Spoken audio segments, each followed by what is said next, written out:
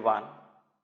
We shall continue with introduction to GST, and now I am going to tell you about GST compensation cess, for which there is a separate act. What is the name of the act? Goods and Service Tax Compensation to State Act. Basically जब GST introduce होने की बात हो रही थी तो state government को एक डर था। वो डर ये था कि उनकी एग्जिस्टिंग रेवेन्यू जो है वो कहीं कम ना हो जाए। Prior to GST state government को वैट मिलता था, सीएसटी मिलता था और कुछ और भी स्टेट टैक्सेस थे जो जीएसटी के आने से बंद हो रहे थे, खत्म हो रहे थे। तो स्टेट गवर्नमेंट का ये सोचना था कहीं ऐसा ना हो कि जो एग्जिस्टिंग रेवेन्यू है जीएसटी आने के बाद वो कम हो जाए। तो सेंट्रल गवर्नमेंट ने स्टेट गवर्नमेंट को गारंटी दी, एश्योरेंस दिया कि हम आपकी रेवेन्यू को कम नहीं होने देंगे और अगर कम हुई तो हम उसकी भरपाई करेंगे। सेंट्रल गवर्नमेंट ने कहा कि हम उसे पे करेंगे, आपको जो भी डिफरेंसेस होगा वो पे करेंगे। इनफैक्ट ऐसा ही नहीं है कि हम आपकी जो एग्जिस्टिंग रेवेन्यू है वही फ्यूचर की रेवेन्यूज मानेंगे। हम हर साल की आपकी रेवेन्यू में 14% का ग्रोथ होता है ये भी मानेंगे। मतलब अगर आपकी एग्जिस्टिंग टैक्सेस से रेवेन्यू प्री जीएसटी रिजीम में 100 रुपए आपकी रेवेन्यू है तो हम अगले साल की रेवेन्यू 114 रुपए होती ये मानेंगे। और अगर 114 रुपए से कम आपको मिला जीएसटी से तो जो भी डिफरेंस है वो सेंट्रल गवर्नमेंट आपको पे करेगी। और ये सेंट्रल गवर्नमेंट कहां से पे करेगी? सेंट्रल गवर्नमेंट ने कहा कि ये हम पे करेंगे जीएसटी कंपनसेशन सेस से।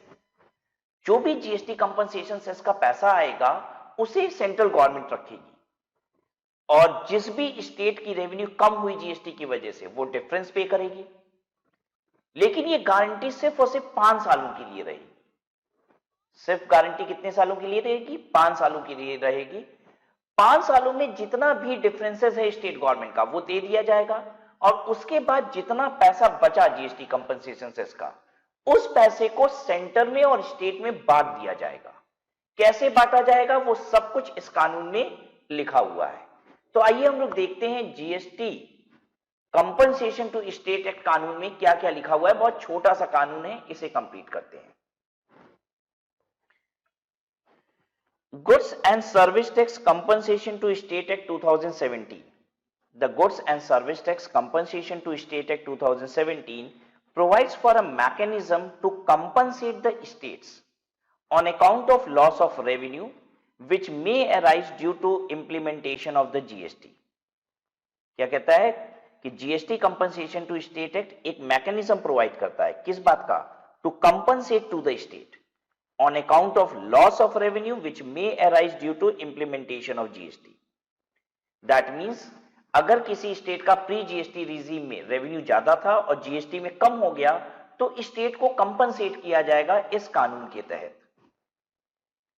Read together with the Constitutional 101st Amendment Act 2016 for a period of 5 years. For how many years the compensation would be made? Compensation would be made for a maximum period of 5 years. This act provides that the base year during the transition period shall be reckoned as the financial year 15-16 for the purpose of calculating compensation amount payable to states. कह रहा है 15-16 financial year को base year माना जाएगा। 15-16 financial year को base year माना जाएगा comparison के लिए रेवेन्यू के। जीएसटी कब आया था? जीएसटी कब आया था? जल्दी बोलिए,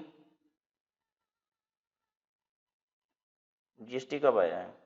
जीएसटी आया है 1 जुलाई 2017 को। यानी कौन से फाइनेंशियल ईयर में ये आया है? 17-18। ठीक है। बेस ईयर किसको माना जा रहा है? बेस ईयर माना जा रहा है 15-16 को। 2015-16 की रेवेन्यू को बेस ईयर माना जाएगा। एग्जाम्पल से समझने की कोशिश कीजिएगा बेस ईयर का क्या इंपैक्ट है यहां पे। जैसे मान लीजिए मुझे बेस ईयर 15-16 में यूपी गवर्नमेंट की जो रेवेन्यू थी वो थी, मान लेते हैं 100 रुपए। ठीक है। तो अब 19-20 में इसकी रेवेन्यू क्या मानी जाएगी? 19-20 में इसकी रेवेन्यू क्या मानी जाएगी, या 20-21 में इसकी रेवेन्यू क्या मानी जाएगी? कैसे हम करेंगे, ध्यान से समझिएगा।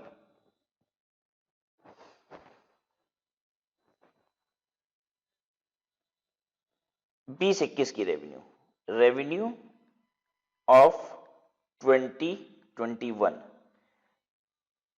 100 रुपए बेस रेवेन्यू 15-16 की। कौन सा साल है ये 21-22? देखिए 16-17 हो गया पहला साल, इसके बाद दूसरा साल हो गया 17-18, 18-19 हो गया तीसरा साल, 19-20 हो गया चौथा साल, 20-21 हो गया पांचवा साल। 5 साल, 5 साल की बात हो रही है। तो अब इस रेवेन्यू को मल्टीप्लाई किया जाएगा 1 + 14 upon 100 to the power 5। Compound interest आता है ना लगाने, प्रिंसिपल 1 + रेट अपॉन 100 पे पावर 5, क्योंकि 5वें साल क्या होना चाहिए, इतना रेवेन्यू होना चाहिए। अब कैलकुलेटर पे निकाल लीजिए, आई होप आपको निकालने आता होगा। 114 divided by 100 is equal to, into is equal to, तो ये आ रहा है 100 इंटू 1.925। ठीक है, ये कितना हो गया 192.5। यानी अगर यूपी गवर्नमेंट की रेवेन्यू 15-16 में 100 रुपए थी, तो उसकी रेवेन्यू 20-21 की 192 रुपया 50 पैसे मानी जाएगी। अब मान लीजिए जीएसटी से रेवेन्यू आता है 160 रुपए, 160 रुपए 160 रुपीज, तो 32.5 रुपीज सेंट्रल गवर्नमेंट दे देगी। सेंट्रल गवर्नमेंट ने कहा कि हम जो आपकी 15-16 की रेवेन्यू है उसको बेस रेवेन्यू मान लेंगे, और हर साल 14% से आपकी रेवेन्यू बढ़ रही है ऐसा मान लेंगे। क्या क्या मानेंगे, 15-16 की बेस रेवेन्यू आपकी पकड़ लेंगे, और हर साल आपकी रेवेन्यू 14% से बढ़ती है ये मान लेंगे। और अगर डिफरेंस आया जीएसटी की कलेक्शन में तो हम कंपनसेट कर देंगे। अच्छा, यही कैलकुलेशन अगर हम 19-20 के लिए करेंगे तो कैसे होगी, रेवेन्यू 19-20 की क्या मानी जाएगी, 100 इंटू 1 + 14 अपॉन 100 पे पावर 4। अच्छा, अब किसी स्टेट गवर्नमेंट को अब तकलीफ भी नहीं थी। तकलीफ क्यों नहीं थी भैया, किसी स्टेट की रेवेन्यू 14% से भाग ही नहीं रही थी हर साल। तो स्टेट गवर्नमेंट ने सोचा ये तो बड़ा अच्छा कर रही है सेंट्रल गवर्नमेंट, 14% के हिसाब से रेवेन्यू को इंक्रीज मानते हुए गारंटी दे रही है, जो मेरी एक्चुअल में खुद नहीं बढ़ती है 14% से रेवेन्यू। तब पकड़ लो, आराम से कह दो जीएसटी आ जाओ। अब क्या दिक्कत है, अब तो जीएसटी से गारंटी ही इतनी की मिल गई जो सचमुच नहीं हो सकता था। तो स्टेट गवर्नमेंट ने वेलकम कर दिया कि अब जीएसटी आ सकता है।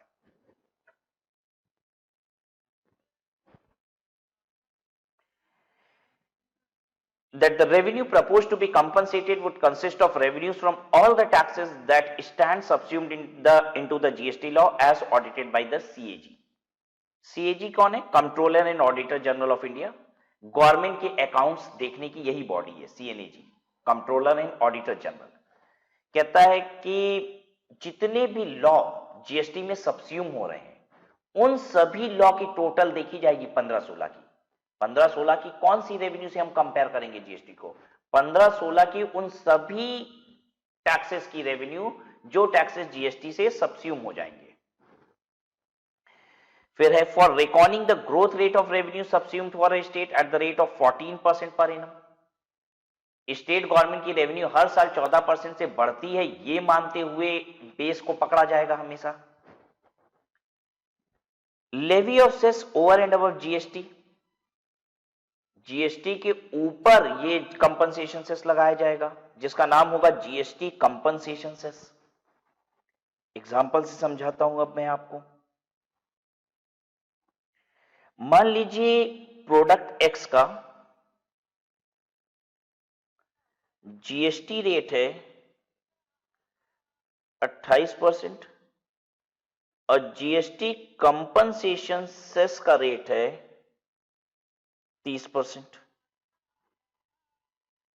तो अब कैसे लगेगा, अगर ये प्रोडक्ट मैंने 100 रुपए का बेचा तो इस पे जीएसटी कितना लगेगा और जीएसटी कंपनसेशन सेस कितना लगेगा।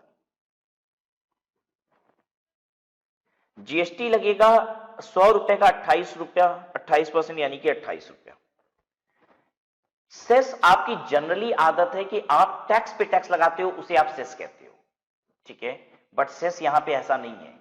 जीएसटी में जो जीएसटी कंपनसेशन सेस लगता है ये इसी पे लगेगा, जो सप्लाई की वैल्यू है ना उस पे लगेगा। 100 रुपए का गुड्स है तो 100 रुपए पे लगेगा 30 रुपए, 28 का 30 रुपए नहीं लगेगा, 100 पे 30 रुपए लगेगा। यानी जिस अमाउंट पे जीएसटी लगाया जाता है ना, वैल्यू ऑफ सप्लाई पे लगेगा। जिस अमाउंट पे आप जीएसटी लगा रहे हो उसी अमाउंट पे जीएसटी कंपनसेशन सेस भी लगेगा, और ये हो जाएगा 158। क्या आपको समझ में आया? जीएसटी भी 28% किसका? वैल्यू ऑफ सप्लाई का, और ये 30% भी किसका? वैल्यू ऑफ सप्लाई का।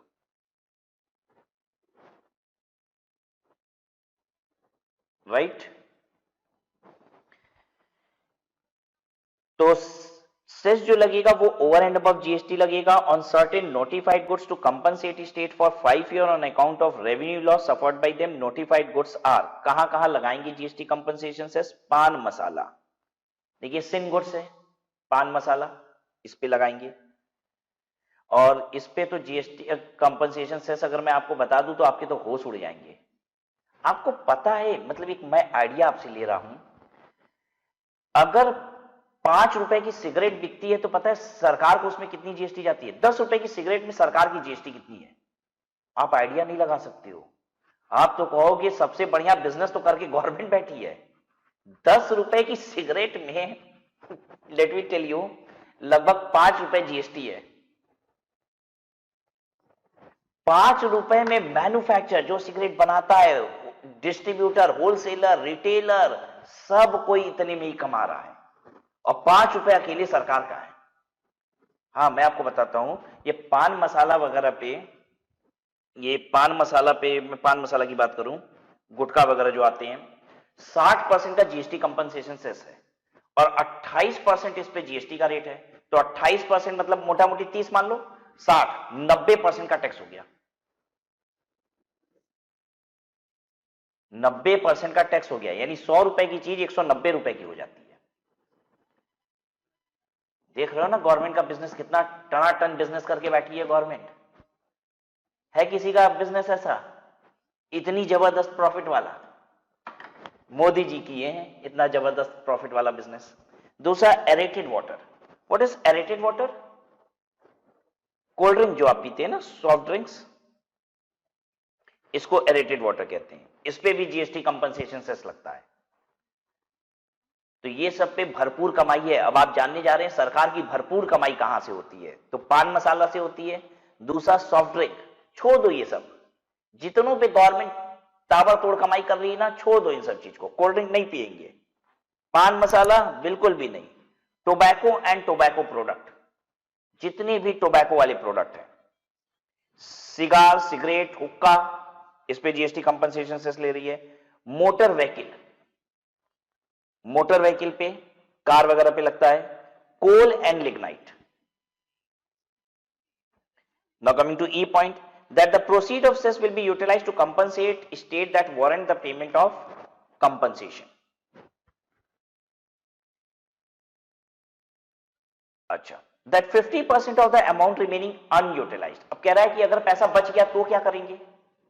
तो अगर पैसा बच गया तो 5 साल के अंत पे जो भी पैसा बचेगा, आधा सेंट्रल गवर्नमेंट कह रही है हम रख लेंगे, और आधा पैसा सभी स्टेट में 5वें साल की जीएसटी की रेवेन्यू के रेशियो में बांट देंगे। सुना आपने क्या कह रही है गवर्नमेंट? गवर्नमेंट कह रही है 5 साल तक तो जिसका जितना पैसा जीएसटी से कम होगा उसकी भरपाई कर देंगे, और अगर पैसा बच गया 5वें साल के अंत पे तो जितना पैसा बचा उसका आधा हम रख लेंगे, सेंट्रल गवर्नमेंट कह रही है हम रख लेंगे, और आधे में बाकी सभी राज्यों को बांट देंगे। कैसे बांटेंगे? 5वें साल की जीएसटी रेवेन्यू के रेशियो में। पढ़िए इस पॉइंट को, that 50% of the amount remaining unutilized in the fund at the end of 5th year will be transferred to the center. आधा सेंटर को दे देंगे, सेंटर मतलब central government, and the balance 50% would be distributed among the state in union territory. बाकी सब राज्यों में बांट देंगे, स्टेट में और यूनियन टेरिटरी में। कैसे? In the ratio of total revenue from SGST UTGST of the 5th year. उस राज्य की जो भी एसजीएसटी या यूटीजीएसटी थी, उस राज्य की जो भी एसजीएसटी या यूटीजीएसटी थी 5वें साल की, उसी रेशियो में बांट देंगे। ठीक है, बढ़िया सिस्टम है। GST compensation cess under section 8 of the act will be levied on all intra-state and interstate supplies of goods or services of both including import of goods. अब ये किस पे लगेगा GST compensation cess? ये जितनी commodity आपने पढ़ी ना यहाँ पे, pan masala, aerated water, tobacco, cigarette, cigar, hookah, motor vehicle, coal, lignite, इसकी इंटर स्टेट सप्लाई हो, इंट्रा स्टेट हो या फिर इसका इंपोर्ट हो, import, intra state, inter state, इन कमोडिटीज की अगर सप्लाई होती है तो उस पर जीएसटी कंपनसेशन सेस लगेगा. I hope you people know where you are watching me. You are watching me on YouTube channel of Unacademy, जिसका नाम है अनअकैडमी सीए एस्पायर. इस यूट्यूब चैनल पे इंडिया के टॉप एजुकेटर्स की फ्री क्लासेस अवेलेबल है. Complete series on income tax amendment, past year paper, costing की कुछ सीरीज है, फाउंडेशन के लिए अकाउंटिंग की कंप्लीट सीरीज है, बहुत कुछ है यहां पे. Have you ever seen it properly? If not तो should I help you in going through the entire YouTube channel? आपकी हेल्प करूं, आपको बताऊं इस यूट्यूब चैनल पे आपको क्या क्या मिलता है. आइए आप यूट्यूब सर्च कीजिए चैनल अनअकैडमी सीए एस्पायर, तो देखिए ये है चैनल. नाउ यहां पे हम लोग वीडियोस में जाते हैं. I've clicked videos. Now see past year questions, revision class on time of supply, right? GST का टॉपिक है. Issue of debenture, inventory valuation, method of valuation for CA foundation, the entire series of marginal costing, right? There's so many things. तो आप इसका उपयोग लीजिए perfect तरीके से. Playlist में आइए, जहां पे लंबी सीरीज चल रही है उसकी प्लेलिस्ट बनी हुई है. You can find EISSM amendment, series of auditing, income tax amendment. I've taken this income tax amendment, complete amendment class for May 20 examination, and this is equally useful for November 20 examination as well. आपके course में एक नया topic add हुआ है, alternate minimum tax, जो कि आपके exam के लिए बहुत इंपॉर्टेंट है. इसकी 2 क्लासेस हैं, ये भी यहां पे अवेलेबल है free of cost obviously, right. फिर इसके बाद आप कम्युनिटी पोस्ट में जाइए. Every day Unacademy is going to post something new which is important for you and it's an notice also at times. जो भी अपकमिंग क्लासेस आ रही हैं यूट्यूब पे उसकी इंफॉर्मेशन मिल जाती है. कभी कभी स्पेशल क्लासेस जो अनअकैडमी के प्लेटफॉर्म पे आती है फ्री ऑफ कॉस्ट, उसकी भी इंफॉर्मेशन यहां पे मिल जाती है. तो इसे जरूर आप रोज विजिट किया करिए. आप देखिए कि what is the upcoming classes, इसकी पूरी इंफॉर्मेशन आपको यहां पे मिलती है, right.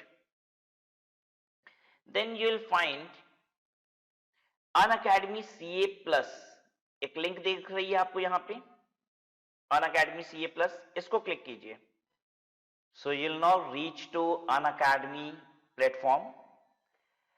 What is the benefit of this Unacademy platform? This offers a periodical subscription. Suppose आप अगर 12 महीने की सब्सक्रिप्शन लेते हैं तो 12 महीने तक आप सीए की सभी एजुकेटर की सभी सब्जेक्ट की क्लासेस कर सकते हैं, अनलिमिटेड टाइम, राइट. एक सिंगल सब्सक्रिप्शन में आपको फाउंडेशन और इंटरमीडिएट दोनों की क्लासेस ऑफर की जा रही हैं. अगर आप फाउंडेशन के स्टूडेंट हैं तो आप फाउंडेशन क्लियर करने के बाद सेम सब्सक्रिप्शन में इंटरमीडिएट भी कंटिन्यू कर सकते हैं. यहां पे सिर्फ आपको क्लासेस ही नहीं मिलती, लाइव टेस्ट, क्विजेस ये भी मिलता है और अनलिमिटेड एक्सेस मिलता है. यहां पे आपको टीचर्स की फ्री क्लासेस भी अवेलेबल है. हम यहां पे एजुकेटर्स को देख सकते हैं. देखिए these are the top educators. आप एजुकेटर की प्रोफाइल खोल लीजिए और वहां से आप पहुंच जाइए उनकी कुछ फ्री क्लासेस पे.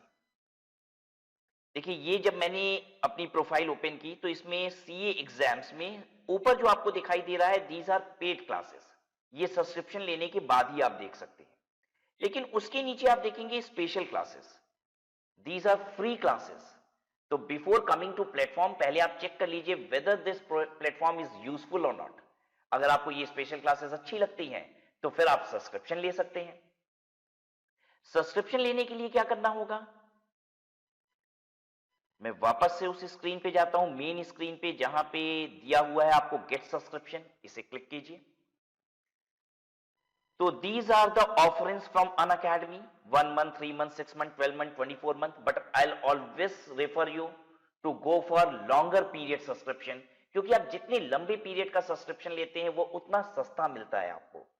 24 month subscription is just for rupee 21,000. It is even less than rupee 1,000 per month. And I'll give you something more. एक मेरी तरफ से गिफ्ट है आप सभी के लिए। You can use the referral code study at home. अगर आप इस कोड को यूज करेंगे तो you will get again discount. इसको अप्लाई करते हैं, देखिए आपको फिर डिस्काउंट मिल जाएगा इस पे। Now the 24 month subscription is just 18,900.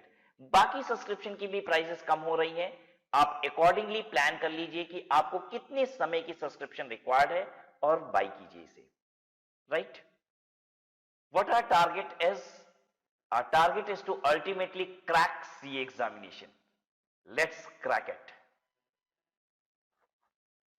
The cess would not be leviable on supplies made by a person who has opted for composition levy. अभी आपने पढ़ा नहीं है, मैं आपको बताऊं शॉर्ट में कंपोजिशन लेवी क्या होता है। देखिए, जो बहुत छोटे व्यापारी हैं वो तो जीएसटी के दायरे से ही बाहर है। जो आपने पढ़ा था 10 लाख, 20 लाख, 40 लाख की लिमिट है, वो लोग तो जीएसटी के दायरे से ही बाहर है। फिर जो उससे थोड़े बड़े व्यापारी हैं लेकिन फिर भी छोटे व्यापारी हैं, मतलब 10 लाख, 20 लाख, 40 लाख से ज्यादा वाले हैं लेकिन फिर भी छोटे व्यापारी हैं, तो सरकार उनका कंप्लायंस बर्डन जीएसटी में कम कर देती है। कहती है जीएसटी के दायरे में तो हुआ, लेकिन जीएसटी के कानून को उस तरीके से आपको कंप्लाई नहीं करना है जैसा बाकी व्यापारियों को करना है। आपके लिए हम कंप्लायंस बर्डन कम कर देते हैं, आपके लिए नियम कानून थोड़ा सा कम रहेगा। और हमारे देश में अभी जो फिलहाल लिमिट चल रही है वो कुछ स्टेट में 1.5 करोड़ की है और कुछ में 1 करोड़ रुपए की लिमिट चल रही है। 1.5 करोड़ और 1 करोड़ की लिमिट है कि अगर आपका एनुअल टर्नओवर 1.5 करोड़ और 1 करोड़ के नीचे है तो आप कंपोजिशन में जा सकते हो। हाँ, ऑब्वियसली 10 लाख, 20 लाख और 40 लाख से ज्यादा है और 1 करोड़ और 1.5 करोड़ से कम है तो आप कंपोजिशन स्कीम में जा सकते हो, जिसमें बड़ा सिंपल सा सिस्टम होता है। आपको अपने टर्नओवर का एक छोटा सा परसेंटेज जीएसटी के रूप में सरकार को देना होता है, अपनी जेब से, लेकिन अपनी जेब से, कस्टमर से चार्ज करके नहीं। बिल में आपको कस्टमर से कोई जीएसटी लेने की आवश्यकता नहीं है। एक छोटा सा परसेंटेज, बहुत छोटा सा, जैसे कि 1%, अपने टर्नओवर का एक छोटा सा परसेंटेज सरकार को दे दीजिए, अपनी जेब से दे दीजिए। कोई इनपुट टैक्स क्रेडिट क्लेम करने की आवश्यकता नहीं है, आउटपुट पे कोई टैक्स लगाने की आवश्यकता नहीं है, कोई हिसाब किताब आपको जीएसटी में रखने की आवश्यकता नहीं है। बस जितना साल का सेल किया हो उसका एक छोटा सा परसेंटेज अपनी जेब से सरकार को जीएसटी पकड़ा दो। तो कंपोजिशन लेवी क्या होता है, आप ऐसे समझ लीजिए, छोटे व्यापारियों को सहूलियत है जीएसटी में, ठीक है, कि उनके ऊपर कंप्लायंस बर्डन कम होता है।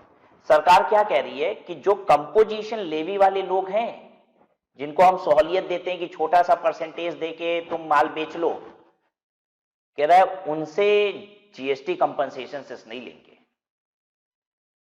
अरे तो ठीक ही बात है, उनसे कहां से जीएसटी कंपनसेशन सेस ले लोगे? ठीक है, लेने की आवश्यकता भी नहीं है आपको। ये वैसे भी वो व्यापारी हैं जो अपनी जेब से एक सर्टेन परसेंटेज ऊपर से आपको दे ही रहे हैं। और देखिए, बहुत सारे लोग सोच रहे होंगे तब तो इनको फायदा हो गया, जीएसटी कंपनसेशन से तो बहुत बड़ा बड़ा अमाउंट होता है, 50%, 60%, और ये 1% दे के निकल लिया बंदा। ऐसा कुछ नहीं है, थोड़ा सा अभी आप छोटे हो ना, इसलिए ऐसा सोच रहे हो। जैसा सोच के देखो, जो बंदा सिगरेट बेच रहा है, ठीक है, और साल का 1.5 करोड़ के नीचे सिगरेट बेचता है, तो खरीद किससे रहा है? अरे खरीद तो बड़े व्यापारी से रहा है ना। खरीद करके कहां से ला रहा है? एक पान वाला तुम कह रहे हो सिगरेट बेच रहा है, सर उसको तो सरकार कह रही है तुम 1% दे दो और हम तुम्हारी छुट्टी कर देते हैं। तो हम कह रहे हैं तुम चिंता क्यों कर रहे हो, सरकार ने वसूल लिया पूरा टैक्स। तुम समझने की कोशिश करो, वो पान वाला छोटा व्यापारी है लेकिन खरीद के कहां से लाया है सिगरेट? वो भी किसी छोटे से व्यापारी से खरीद के ले आया सिगरेट? नहीं, वो जिससे खरीद के लाया वो तो बड़ा व्यापारी है। और उस बड़े वाले व्यापारी ने क्या जीएसटी कंपनसेशन सेस लगाया होगा? लगाया तो है। तो ये जो पान वाला है, जो छोटा व्यापारी है, वो जीएसटी कंपनसेशन दे के आया है। और अब 1% सरकार उसके ऊपर उससे और ले रही है। अब क्या जान लोगे? तुम समझ पाए कि नहीं? तो ऐसा नहीं है, ये मत सोचना कि अच्छा छोटा व्यापारी 1% में निकल गया। अरे वो छोटा व्यापारी है, लेकिन खरीद के तो बड़े व्यापारी से लाया होगा, और जिससे खरीद के लाया होगा उसने तो ऑलरेडी जीएसटी कंपनसेशन 28% का जीएसटी लगाया है, ठीक है, सिगरेट पे, फिर जीएसटी कंपनसेशन लगा के उससे लिया है ना। अब वो सरकार को 1% और अपनी जेब से दे रहा है। आई बात समझ में? तो ये मत सोचना ये 1% इससे तो लिया, बड़े वाले से तो ज्यादा ले लिया। अरे तो बड़े वाले को वो ऑलरेडी दे के आया है, जिसकी कोई इनपुट टैक्स क्रेडिट उसको नहीं मिल रही है। आई होप आपको बात समझ में आ गई होगी। तो कभी कभी क्या होता है ना, जब हम ये वाली लाइन बोलते हैं तो बच्चे बड़ा ऐसे सोचने लग जाते हैं, अच्छा ये 1% दे के निकल लेगा कंपोजिशन लेवी में, इतना बड़ा बड़ा सेस लगता है, 30%, 40%, 50%, 60%, उससे बच जाएगा? बचा कुछ नहीं है।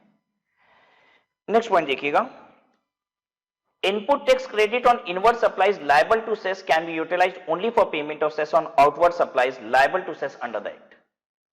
आपके इनपुट पे जो आपने सेस पे किया है वो आपको घटाने को कहां से मिलेगा? आउटपुट के सेस से ही घटाने को मिलेगा। इनपुट का सेस से आप सिर्फ आउटपुट का सेस पे कर सकते हो, राइट? आपके आउटपुट पे सीजीएसटी, एसजीएसटी और कंपनसेशन सेस लगा है, आपके इनपुट पे भी सीजीएसटी, एसजीएसटी और कंपनसेशन सेस लगा था। तो कंपनसेशन सेस की क्रेडिट सिर्फ आउटपुट के कंपनसेशन सेस से ही ले सकते हो, राइट? इनपुट का कंपनसेशन सेस आउटपुट के दूसरे टैक्सेस से आप नहीं घटा सकते।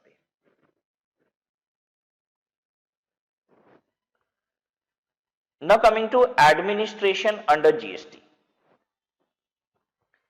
The two components of the GST, CGST and SGST, shall be administered by the center and states simultaneously.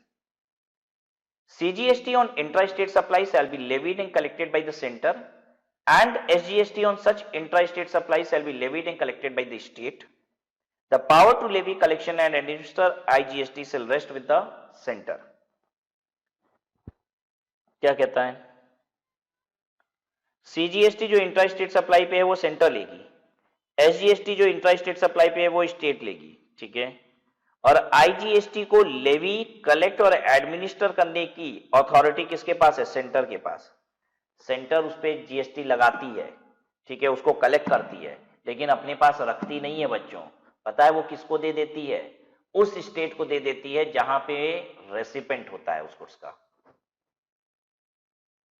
अब इनपुट टैक्स क्रेडिट को कैसे एडजस्ट किया जाता है? Input tax credit of CGST shall be used for payment of CGST and IGST. CGST के credit से आप CGST और आईजीएसटी पे कर सकते हो। एसजीएसटी का अगर आपके पास क्रेडिट है तो आप उससे क्या पे कर सकते हो? शैल बी यूज्ड टू पे output liability of SGST and IGST. आप एसजीएसटी से एसजीएसटी और आईजीएसटी पे कर सकते हो। SGST cannot be used for payment of CGST and vice versa. SGST के क्रेडिट से आप CGST पे नहीं कर सकते और CGST के क्रेडिट से SGST पे नहीं कर सकते। मतलब CGST से SGST और SGST से CGST एडजस्ट नहीं होता। CGST कहां से एडजस्ट हो सकता है? CGST और IGST से। और SGST कहां से एडजस्ट हो सकता है? SGST और IGST से।